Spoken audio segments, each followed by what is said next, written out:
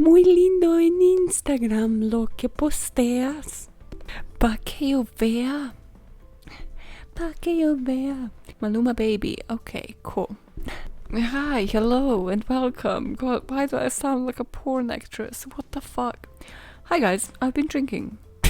Not gonna lie, let me straight up tell you what the situation is. I'm gonna post a video below. Not of me drunk, it has a point. There's a point to my drinking, okay? Because it's like not to start a therapy session, but right now in my life I need a point for everything, you know? I need a point to be married. I need a point to drink. I'm not a teenager anymore. I'm not at uni. I don't just drink for no reason. Well, now that that's off my chest, the song that I've been trying to sing in the beginning is Hawaii by Maluma, if you are not aware and want to know, because I got you into it. For some reason, somehow, you can't sing for shit. Hi, hello. You're not lost. You have been found. This is the podcast that you have clicked on. This is still the same podcast, okay? It's by all means necessary. I'm Maya. I just sound a bit slow-mo when I drink. Back home we say that alcohol touches you, and it's kind of inappropriate to say that here. But yeah, I really feel that expression, okay? Alcohol touches you. It touches your soul. It touches your heart. And it's definitely necessary for this week's episode, because Maya, in her brilliant mind, has decided, talk about yourself in like a third person, like you're a child that has done something bad. It's like, now it's your child. Yeah, you know what your child Maya has done? Yeah, guess what?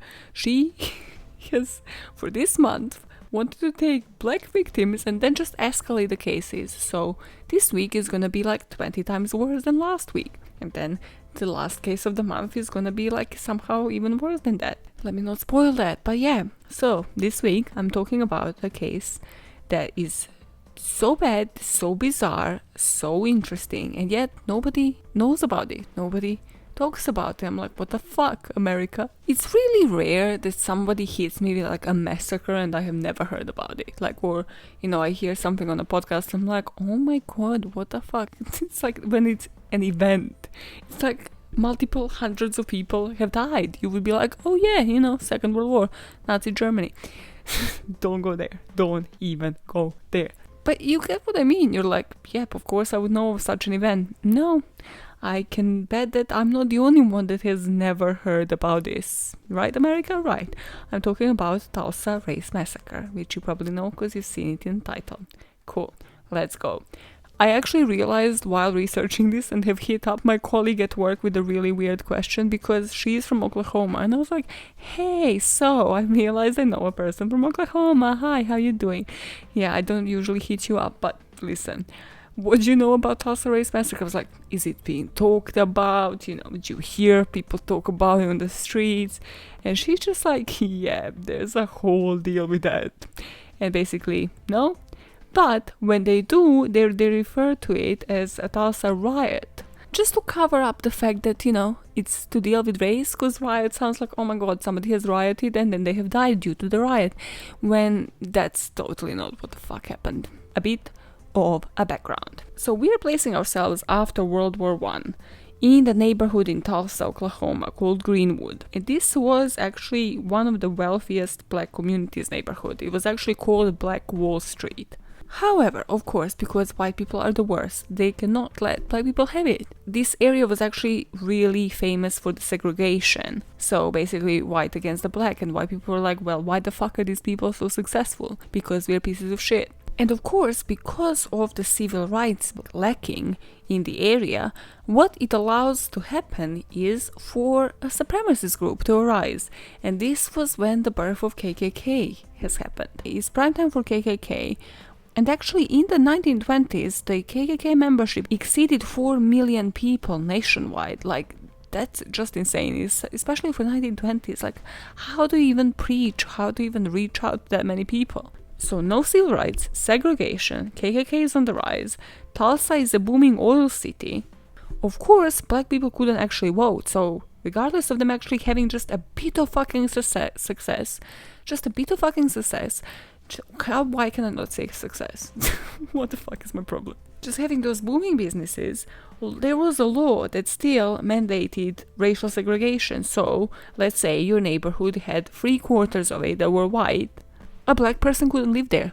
Like, how fucking insane is that? But, going to 1921, when this takes place, due to all of this, crime rates were high. White people were obviously more believed than blacks, and vigilante justice was not uncommon at all. In fact, it was kind of like a rule.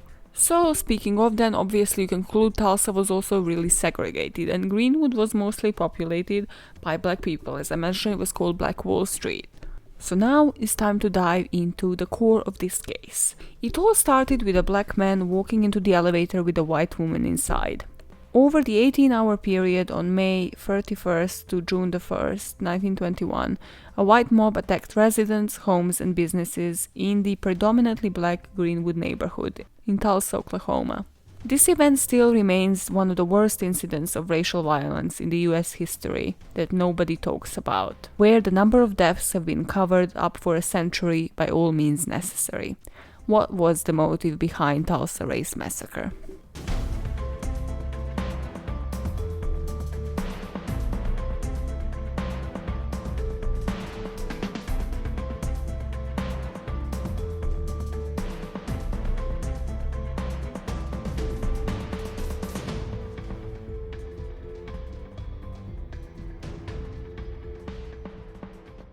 You know what? I've accidentally played the first episode that I've ever done once the podcast was still called Motive, and I literally started being like, hi, I'm Maya, this is Motive, let's just dive straight in.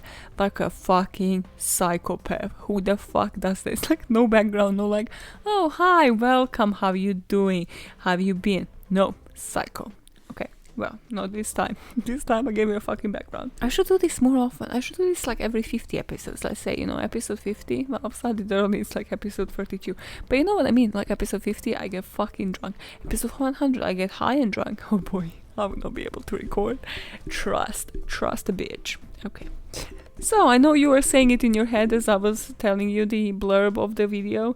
This all happened because of a Karen. Yes, it did. The young black teenager named Dick Rowland entered the elevator in this office building of the South Main Street. And at some point, the young white elevator operator, you know how in those times they had those people who were like, oh my god, you enter, yeah, and then they bow to you like you're fucking royalty.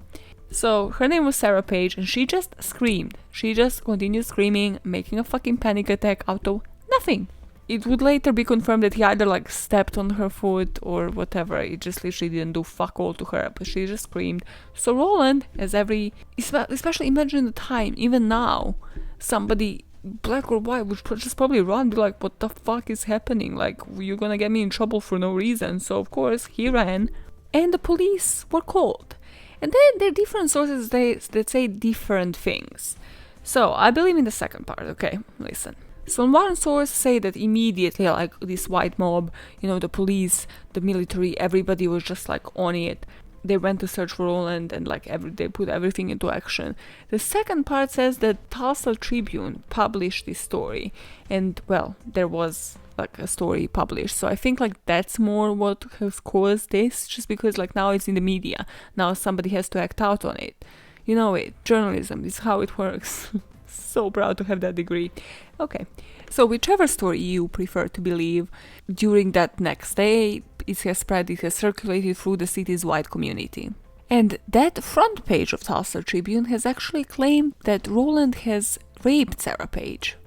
Just as you would in the fucking elevator in the public building. Yep, no evidence. Yeah, let's just spread gossip. Let's just spread bullshit.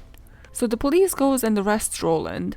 And now, because this is again 1920s, we've done the cases in Texas and like weird shits where people just think like, yeah, they can demand justice. So the white mob just goes to the police station, just demands the police to hand over Rowland to them, for them to handle it, for them to take out their justice onto Rowland. To the point that this is actually that many people that could have overpowered them. So the sheriff actually had to refuse and to barricade the top floor to protect this black teenager. And around 9 p.m. on that day, the group of 25 armed black men, including many World War I veterans, went to the courthouse to offer help guarding Rowland. So after the sheriff turned them away, some of the white mob tried, unsuccessfully so, to break into the National Guard armor nearby. And now obviously, because this fucking Tulsa Tribune and everybody is starting rumors, you know how rumors go. Come on, I told you, I'm the gossip girl, yeah? It goes correctly to the next person, then they kind of twist it around to make it more interesting. By the time it reaches the 10th person, it's totally a fucking completely different story. So of course, in this case, rumors flying around are of possible lynching, where this has not been confirmed. It was the punishment for such a crime during that period. So, the black men of the time go back to protect Roland, so they're basically just barricading the place in front of the police station, while the white mob is there, some of them carrying weapons. So now it's like 75 armed black men there, compared to 1,500 white men. Not really fair, is it? But now what happens, well, what they say is like actually, you know, the straw that broke camel's back. Why the fuck is that an expression? Anyways, that's a story for another mini-sode of True Crime Terminology Corner, whatever I named it. Sick. Yeah, sweet. Because during this confrontation, a white man is killed. Obviously, this is what actually ignites this whole riot / massacre, let's call it for what it actually is. This is when shots get fired, chaos breaks out, and the outnumbered party of the black men actually retires to Greenwood.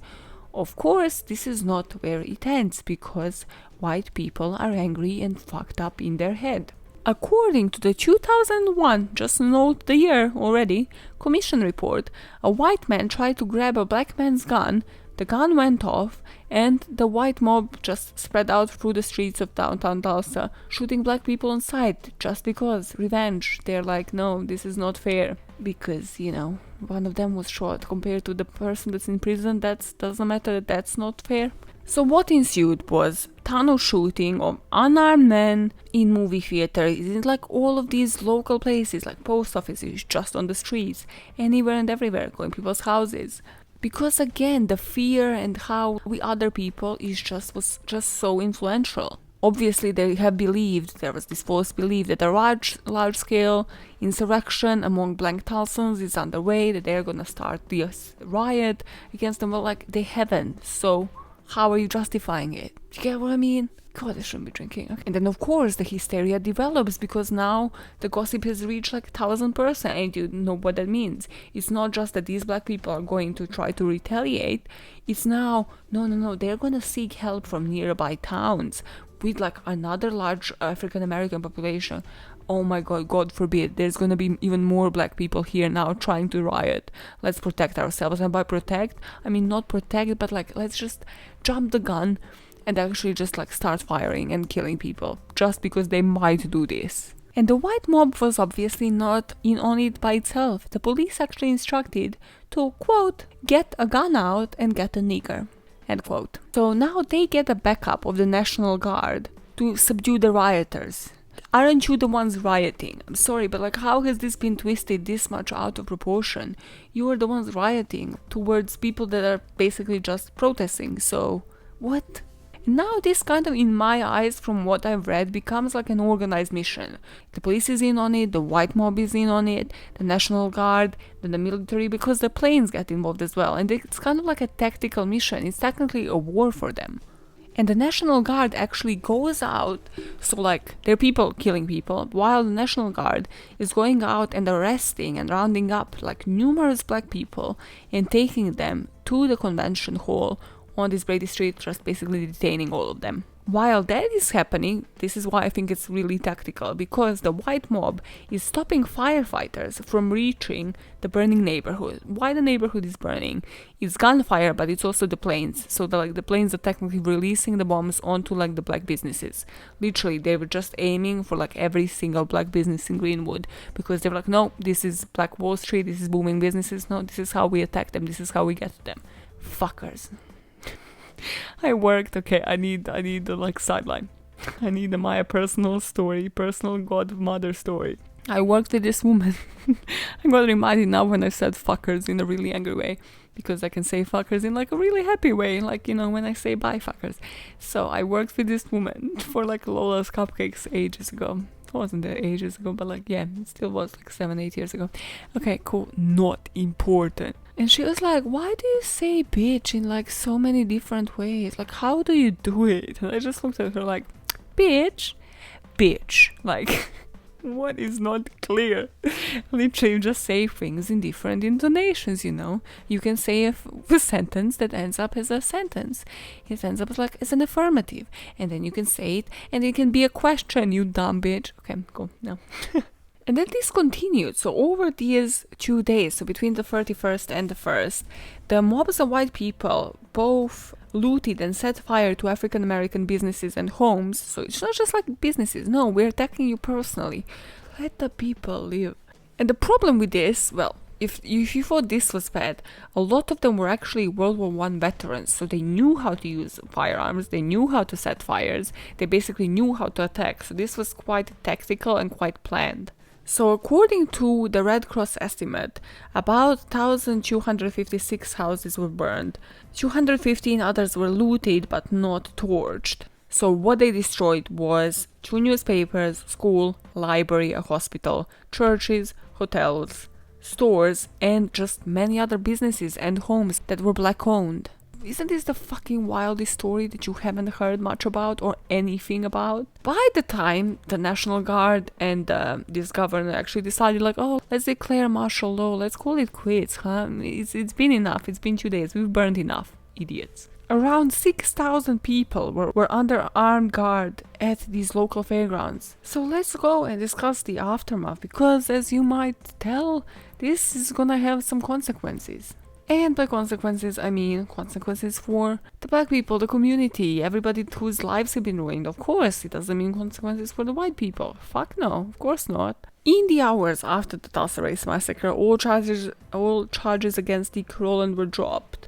And the police is like, oh yeah, he probably just stumbled into Paige or just stepped on her foot. Speak of guilt. Speak of the guilt. Just imagine you being in that position, being like, oh cool, you're free to go. Yeah, no charges pressed against you.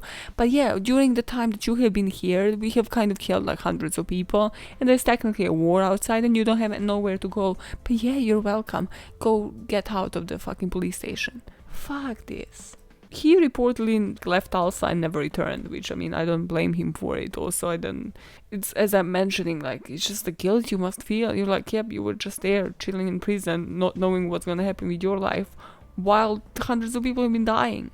At that point, the Oklahoma Bureau, what's the word? How do you pronounce the word? Anyways, of Vital Statistics, yep, that's a thing, officially recorded 36 people dead. Now, 2001, remember that state commission? Examination of these events was able to confirm 36 dead, so they stuck to that number. 26 of them black and 10 white. But historians and people who are not about the cover-up life actually estimate that the death toll might be as high as 300. So even if we are counting it just as the low estimate, this massacre still stands as one of the deadliest ones in the US history. Not to mention the losses of about 191 businesses, a junior high school, so of course, like now the black kids don't have where to go to school either, churches, which were again there to bond the community of the black people, and the hospital in the district. The Red Cross reported 1,256 houses were burned, and another 215 were looted but not burned. And then the Tulsa Real Estate Exchange estimated that property losses amounted to 1.5 million in real estate and 750,000 in personal property, which would be equivalent of a total of 32 million in 2019. The Red Cross estimated 10,000 people, mostly black, were made homeless by this destruction. But of course, those are just some stats. That's not all at all. Because now, when you're thinking about the businesses, when you're thinking about the repercussions of that, well, guess what? What happened to the land? Well, there's been this because, again, the laws work to, go against the poor and prevent the rich. So the people in the government have established this fire code, and that prevented these businesses from resurfacing. So they couldn't, reopen the businesses. They couldn't just recover. And this reconstruction committee, as they called it, wanted the black community to sign off their properties so that they can build this large central depot instead of their fucking businesses. It's that way, like when you have work for a really shitty customer service, like me, and then you're kind of understaffed and shit, and then you just push people towards just canceling or just stopping messaging you because you can't deal with it, because you don't have enough cover, the business is shit or the app is shit or something, and then you just work towards pushing other people to give up technically. So that's technically what was happening here. They're like, oh yeah, so basically there's this fire code, but it's all gonna be fine, you just need to sign off these businesses because technically you can't reopen because, you know, we are powerful and we are gonna open something different here. You might notice by now that I'm not mentioning names beyond Dick Rowland and Sarah Page, Karen, because there were no charges of white people.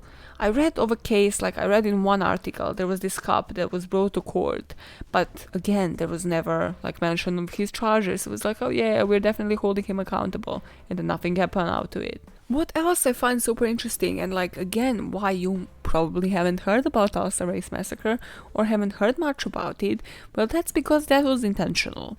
So why I find this interesting is because it's a news blackout. So remember Tulsa Tribune? Well, they have removed that story from the front page. They're like, oh, yeah, this is bizarre now, this is gonna make us look bad, plus it's gonna make this thing like exist in the world, and we don't really want that. So for decades there were no public ceremonies, memorials for the dead, or just any fucking efforts to commemorate these events. Instead, there was just pretty much just deliberate efforts to cover everything up. Not just that this front story was removed, but the scholars later discovered that the police and the militia archives about the riot were also missing. They were just like, oh, the police was like, no, we don't have a count of that. What you mean we arrested like hundreds of people? And now we kind of come to the story of how I heard about this. Well, two things. Due to Black Lives Matter, this kind of popped back into the public presence because, well, here in the UK, again, now when I go and sign petitions on change.org, which you should definitely do as well, at least, you know, if you can't donate, sign fucking petitions. Here being like a white bitch telling you what to do. But while I was looking into this, I've seen like a lot of things due to Black Lives Matter about like, hey, teach this in schools. And then in the US, this is the version of that. It's like nobody's teaching it. It's not part of the curriculum. Well, actually, let me correct myself. It wasn't part of the curriculum until the fall this year, 2020. We're talking a century and a like over a century. That now it's like, oh no, we're gonna include it in the curriculum. It's gonna be in full though, but you know, probably they're gonna probably invent some shit like, oh yeah, it's like we have passed this, now we're teaching online, so it doesn't have to be. You know, they're gonna come with some fucking bullshit. And the second part of how I found about this, I actually found this story online about people digging graves, and then I found like a Facebook page called 1921 Graves. Yeah, I went deep on this one. Okay, I went proper like watching videos of people digging graves. I'm disturbed for life. This is why I'm drinking, okay? And this is just how recent, just to tell you how recent I'm talking about. This was July. This is why I'm doing this now, because like I have literally read this like a week ago. While I was researching this, they still haven't made the conclusions, and then they have like a few days ago. And the conclusions, obviously, is that they haven't found anything. There were no anomalies in the ground, which would mean that the earth was disturbed. So it's like, yep, no, nothing is disturbed here. Nothing happened here. There were no evidence of human remains in this excavation area. So main findings included mostly debris and artifacts, some of which do date back to 1920s, so still, they can't really erase it from history, but they're just like, oh yeah, there's no humans here. Well, like, they have been buried somewhere, and it's clearly unmarked graves, because they don't have their place in the cemetery, because we don't know any names, so where the fuck are they then? So they found a bullet, 2 pairs of shoes, and a few bottles and other artifacts that would place them to the 1920s. But it's just, like, it again just super smells of cover-up. It's like how long can we push this for? Because the main problems here now are that, well, I have read in one article, I think I put it here, yep, that the city officials cleansed the history books so thoroughly that then there was this lawyer who was called Nancy Feldman from Illinois that actually started teaching her students about, you know, this Tulsa Massacre, because she was teaching them at the University of Tulsa, and they didn't believe her that this existed. Like, this is what happens. This is what we just ignore the part of history, just like neglect that this fucking happened, because now there's no news about it. It's not in history books, it's not a curriculum, it's not compulsory to learn about it. For something, for an event of this size, usually like when I research, I have at least 6 articles open at a time, and then like if that doesn't give me enough information, I open like another 6. This is literally like a couple of Google pages, and then it becomes like super repetitive. It's just the same details, and there's like one article about these graves being dug. That's not normal for an event of this size. Not to mention that for these kind of massacres, you would have people covering it in YouTube, like you would have documentaries on it, you would have movies made with like famous people on it. Nope, not here. And another problem with neglecting it for a whole fucking century is that then guess what? Then you don't have witnesses to testify either, because they have either died, or it's just like if they have passed that information, then it's secondary information because it's passed on to grandchildren and children. I'm sorry if I sound insane. I'm probably talking like 100 miles an hour. But this case is just, oh my god, it's just a nail to the coffin. What also it allows for is that the death toll is disputed. So remember the 36 and 26 black, 10 white that was confirmed for 1921 records. Well, in 2001 commission, when they were doing their investigation, there was 39 confirmed, 75 to 100, 150 to 300 estimated. That doesn't make any sense, does it? 19 years after that, they're like, oh yeah, let's actually dug these graves and see like if there are people in there to confirm these death tolls. Are we okay? I put in this fucking script, Corona is bad, but people are worse. Truly, my Corona is bad, but people are worse, and they do worse things. And they have guns. So I hear your burning questions, like, Maya, did something good happen after this? Did somebody get something in restitution? Kind of. It's pathetic. Okay. So in 1997, the Tulsa Race Riot Commission was formed to investigate the massacre and just formally document the incident, because it hasn't happened since then. It's 1997 by now. Totally not, like decades have passed. So the commission suggested that the state of Oklahoma pays $33 million in restitution, some of it to 121 surviving victims who they managed to locate. But no legislative action took place, so they kind of didn't have to own up to it until 2002, where there's this cool picture online of 5 grannies, okay? You know how much I love grandparents. So 5 badass granny survivors just filed a suit against the state, and they were like, listen, you fucking need to own up to this. And yeah, they were rejected due to statutory limitations. Remember that? Yeah. Remember the thing when they rape you and then you have only a couple of months or a year to report it? Statutory limitations. And this was, by that point, an 8-year-old case. So nobody wins. Say it with me. Nobody wins.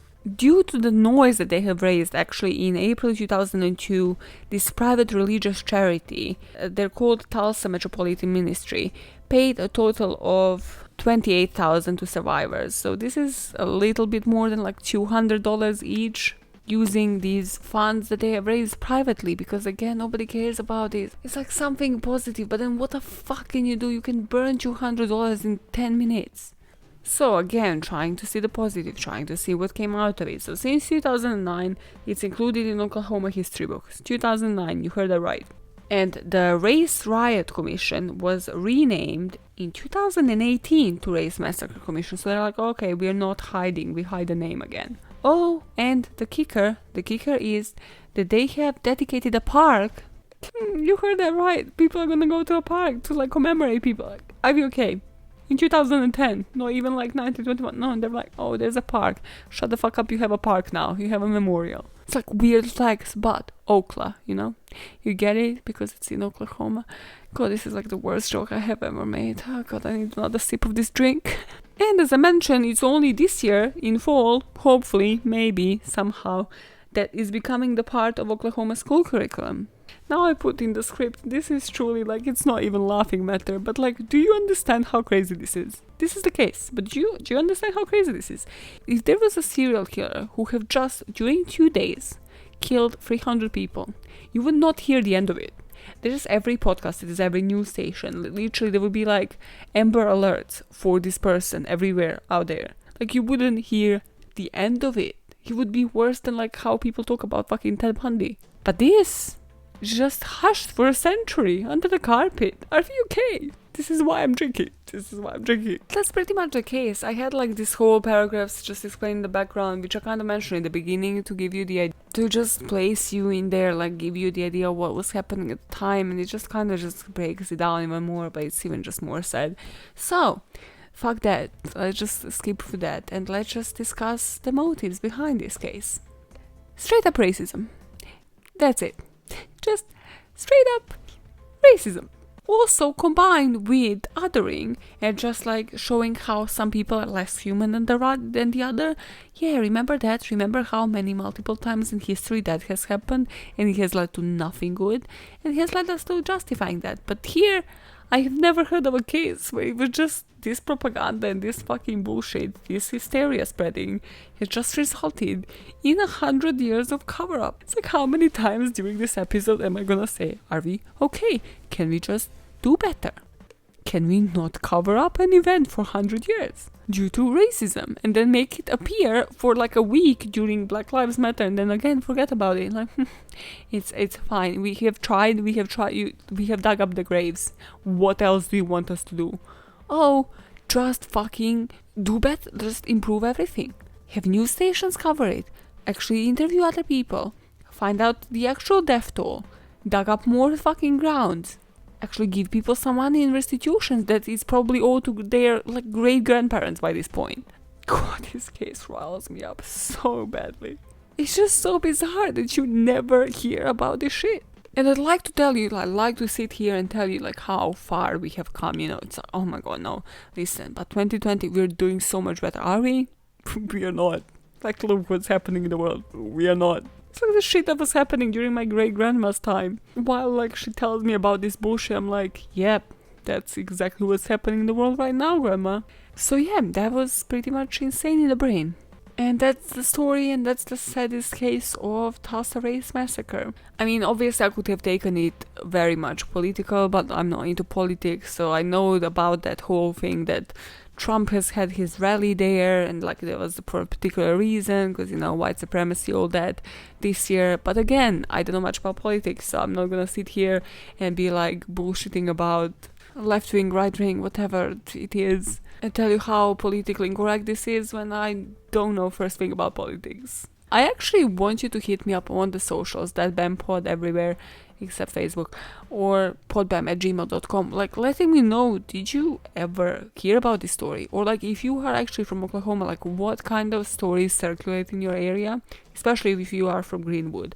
What kind of stories circulate there? Like, did people ever talk about this? Is it in your curriculum? Is it actually going to be in the fall's curriculum? Do people tell you about it in history class, or do they just hush over it? Because that would be like super interesting to know. Like how much of this is actually covered up. Like, are there actually people out there trying to make this story current, trying to actually tell you about what has happened in 1921? I would like to tell you that today's mini is going to be like a highlight of your day, and it's going to be such a positive story, but boy, I always try to match them up, and yeah, I definitely did. I didn't even make as many notes here because I know of this story, and it's truly one of those stories that haunts me at night. You know, if you ever see me like tweeting at 3 a.m, it is because of this. So we are on brand with the, you know, series of minis on haunted places, and today we are going to LaLaurie house in New Orleans. Some people say New Orleans, some say New Orleans. People from New Orleans, tell me how you say it. God, I'm drunk. Okay. If you are familiar with the story, well, you're either really deep into true crime, in which case I respect you, and also you're probably as disturbed as I am right now because this story is in your head, or you liked American Horror Story because the plot of Coven is actually covering, kind of actually based on the true events from the story. Quickly, you can kind of go to have a tour if you're in New Orleans, but it's kind of more like of those bus or walking tours where you just pass this building because there are people living inside. You can't actually go inside. But its history is that it was home to serial killer Madame Delphine LaLaurie, or whatever you pronounce it. Pronounce it as you want. I just like to pronounce it LaLaurie, but she was a bitch. She has actually used this whole building as a torture chamber for slaves. That's what we're on about. Yep. That was between 1831 and 1834, just so you don't think it was like yesterday, but still equally haunting. This story is graphic, okay? If you can't handle graphic shit, please escort yourself out this one, speed up to the last 3 minutes of the episode. Or I'll see you next time. It's fine. You don't have to live with this. It's on me, okay? I will not sleep tonight. It's fine. So her victims are still said to haunt this property to this day, and passerbys would say that they hear like loud shouts, moans, weeping, and some say that they can even see ghostly faces from the windows upstairs. But what I didn't know about this story is that this was never stopped from like wealthy people from buying it. Nicolas Cage, remember him? He bought a house in 2007 because, this is his quote, he thought he figured out it would be a good place in which to write the great American horror novel. So he got it for $3.45 million. And well, why we don't know who owns it now is because we didn't know that Nicolas Cage owned it then. Like, it's, NDAs, protection reasons. So we have only found out once he actually spoke about this. I just love this article. This is one article firing shots at Nicolas Cage. I'm like, what has he done to you? It's like, it is also true that he managed his money as well as he acts and no longer owns the house. Like, okay, sassy as shit. Okay, the graphic part comes now. Okay, this is just from my head because I couldn't read again about this case. I've heard about it a few times. So, what has actually happened? Why do people say that there are others, who have lived, that they're slaves that are haunting this place? Is because what happened is the most morbid thing you will hear about. So, this bitch, LaLaurie, right? She would take these slaves in and then she used to torture them in the most bizarre ways. So some things that I remember, the most famous one is that she used to... God, this is so hard. So this goes beyond what you would consider torture, okay? So she used to break bones of a human and then place them so that they resemble like a crab. Yep, you heard that right. And this is like... She and whoever else was involved actually used to torture people as much as possible while they were still alive. So a lot of these acts were prolonged torture before they would finally just die out. She also used to do these experiments where she would open up people's heads and then have like a spoon nearby to stir their brains. I don't understand. I genuinely don't either. Oh, and the kicker is basically how they found out about this whole thing is that one of the slaves actually was to have allegedly set the fire to the place because to like unravel all of these horrid fucking conditions. And this is when the police entered and discovered all of these people with just like brains open, dead in like horrible conditions, looking like crabs, looking like different people, assortments of bones, with like bones assorted differently, chained to different parts of the house. It was said like the cook that was the slave actually just set a fire in the house to just unravel this to the public. And LaLaurie, she has never been caught. She has actually fled and left the country, I think for France or whatever. But yeah, she has fled. She has probably then changed identity or whatever because it was super easy in the 1830s, right?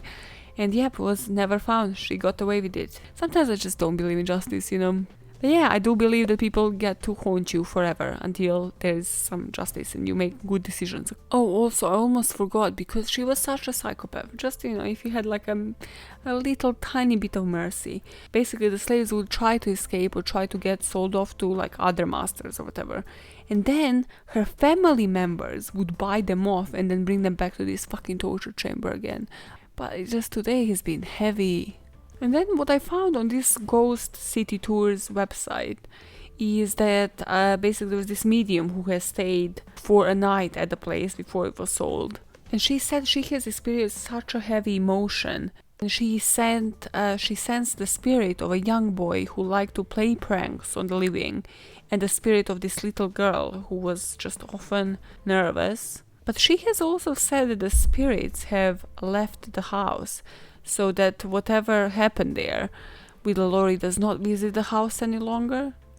Which, people who are into haunting and stuff like don't truly believe. But then I suppose that might be the truth because, well, there are people living there right now and they're not, reporting any scandalous shit.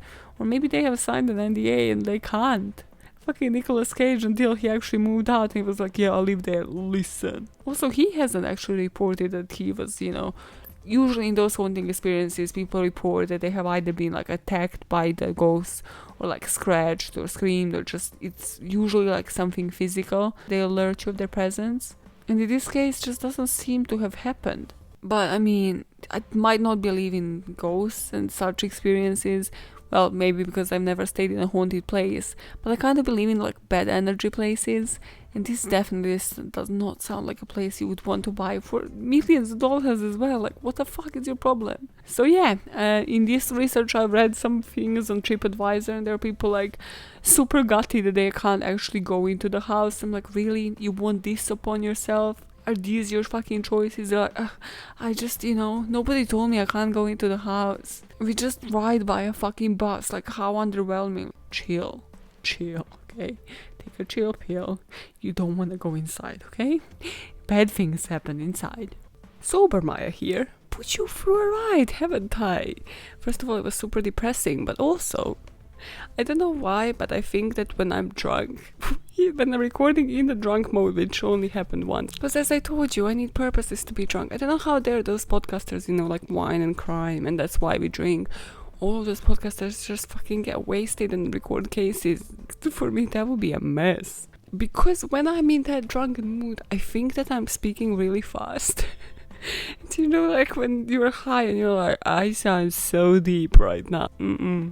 And everybody around that person is like, you're about 50 times slower. So yeah, I re-listened to some parts. I was like, oh my god, that was manic, right? People are playing it like 0.5 speed. Probably not. I re-listened to the LaLaurie story, and that is not how we end the episodes here. Okay, so in my spare time, as you know, I research about fairy tales. It's a passion of mine. It's totally normal. It's a healthy passion. Some people have passion about miniatures. They do puzzles. I research fairy tales. She says soberly. So, there is one fairy tale that I have not told you about. How dumb of me.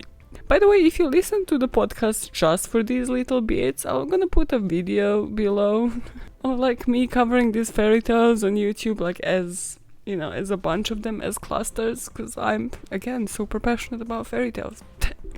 And ruining them for you. That's what I'm passionate about. But yeah, if you literally just tune in for these mini stories, wow, what a fucking hero, first of all.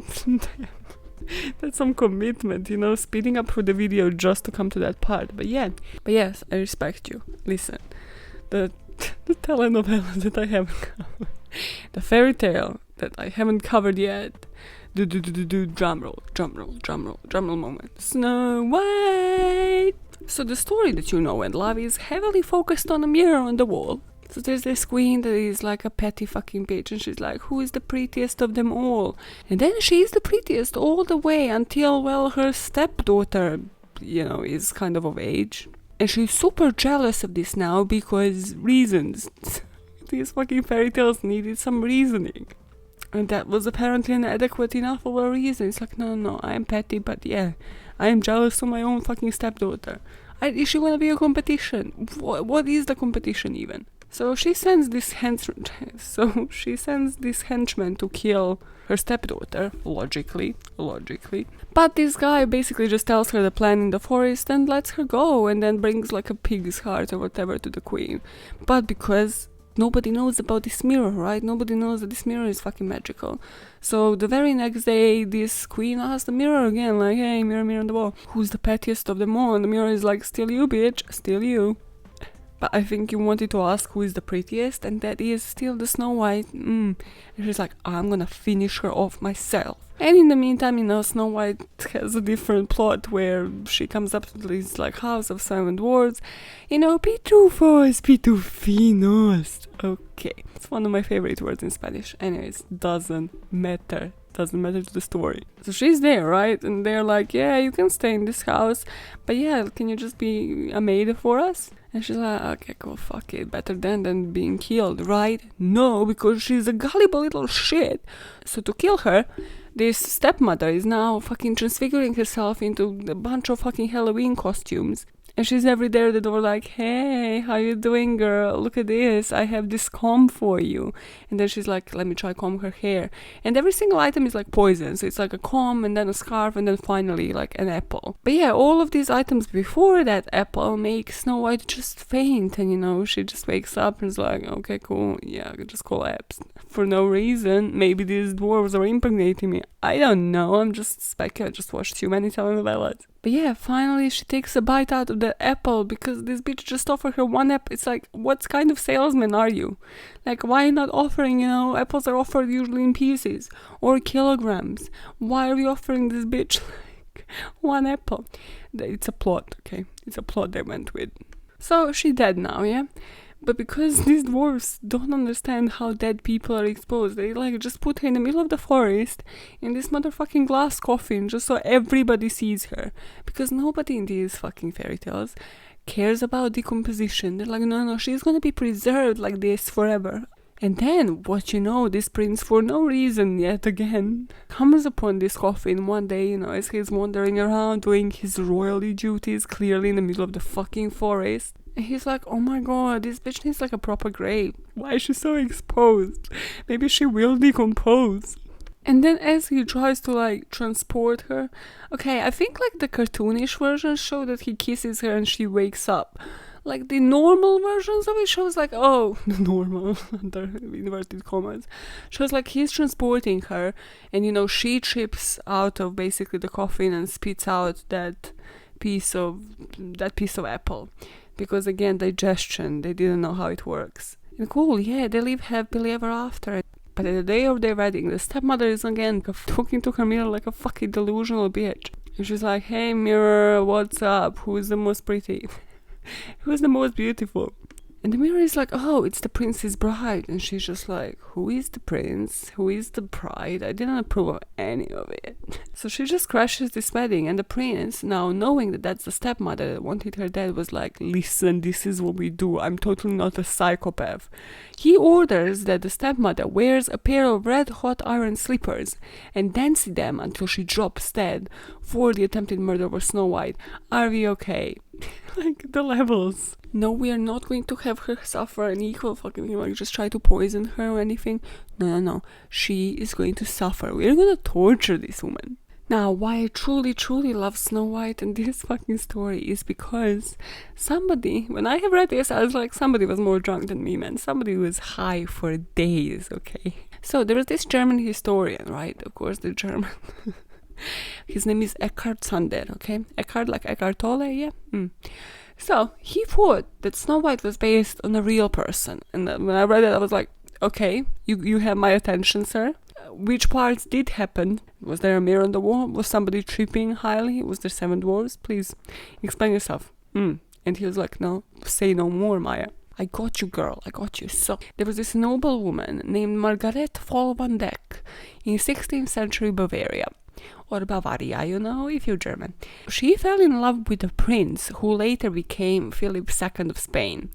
And now Margaret's father and stepmother just disapproved of this whole relationship because they found it politically inconvenient, right? Right. Let's not go into history. Let's not question me about why now. So, at the age of 21, Margaret just turns up dead and they're like, oh my god, she must have been poisoned. You know, the Spanish have poisoned our little girl. Poisons in Spanish plays on the screen. Envenenado, okay. So you're like, okay, cool. That already sounds like it's made to fit this story for some reason because somebody was drunk. But what about the dwarves? Like, cool, there's a stepmother, there's no mirror, there's nothing, no magical, but dwarves. It's important to fit the dwarves in. So again, this historian is like, well, the Waldeck family reportedly ran this mine. You see, mine. Where did dwarves work? In a mine. And they employed young children.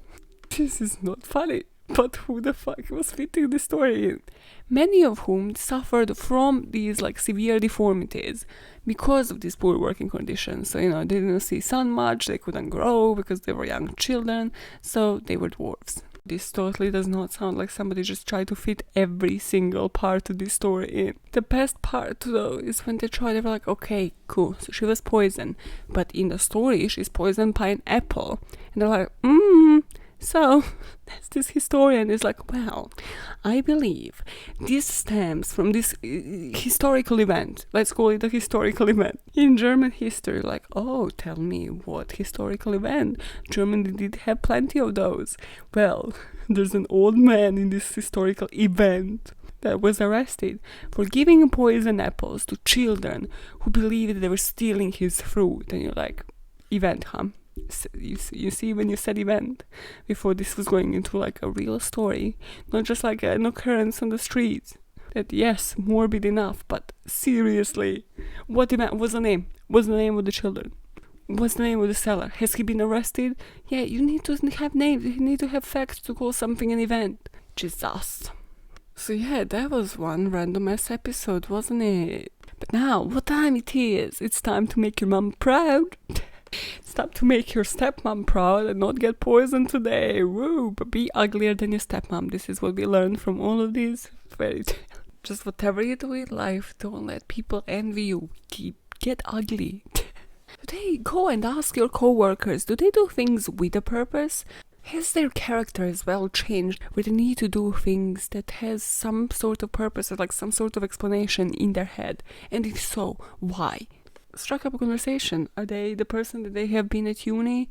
And if so, how are they still that person? How can you be more chill? And then you immediately switch up a topic like the Maya way, yeah? And you're like, how about, have you ever heard about one of the biggest massacres in US history?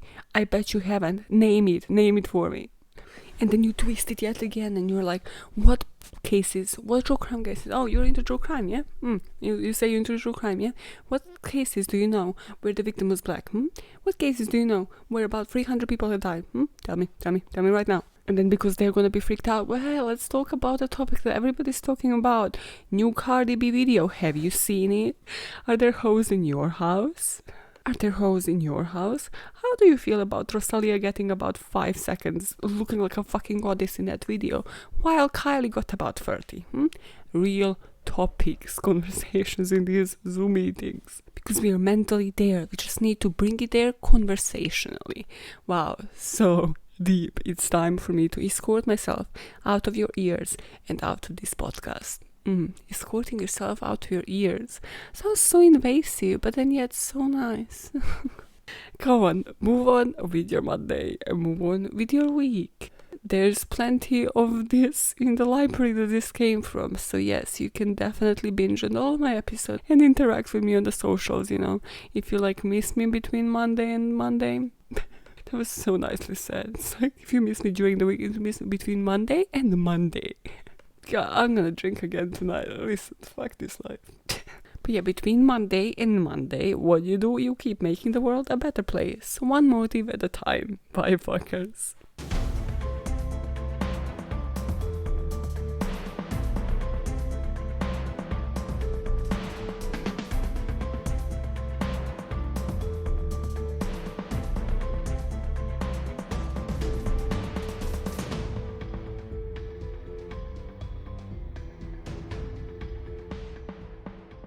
Hawaii by Maluma. Deja de mentirle. La foto que subiste con él, diciendo que era tu cielo. Say it. Serious voice. Bebé, yo te conozco tan bien. Sé que fue para darme celos. No te diré quién, pero llorando por mí te vieron. Déjame decirte, se ve que él te trata bien, que es todo un caballero. Pero eso no cambiará, que yo llegué primero. Sé que te va a ir bien, pero no te quiere como yo te quiero. This song. Puede que no te haga falta nada, aparentemente nada. Hawái de vacaciones, mis felicitaciones. Muy lindo en Instagram lo que posteas, pa' que yo vea cómo te va, pa' que yo vea. Now for the best paragraph in that song, yeah, even better than lo que posteas. Si me preguntas, nadie tiene culpa. A veces los problemas a uno se le juntan. Sometimes the problems come all together. In unison. Déjame hablar, porfa, no me interrumpas. Si te hice algo malo, entonces discúlpame, but like you will never know what you did to her because she cannot interrumpirte.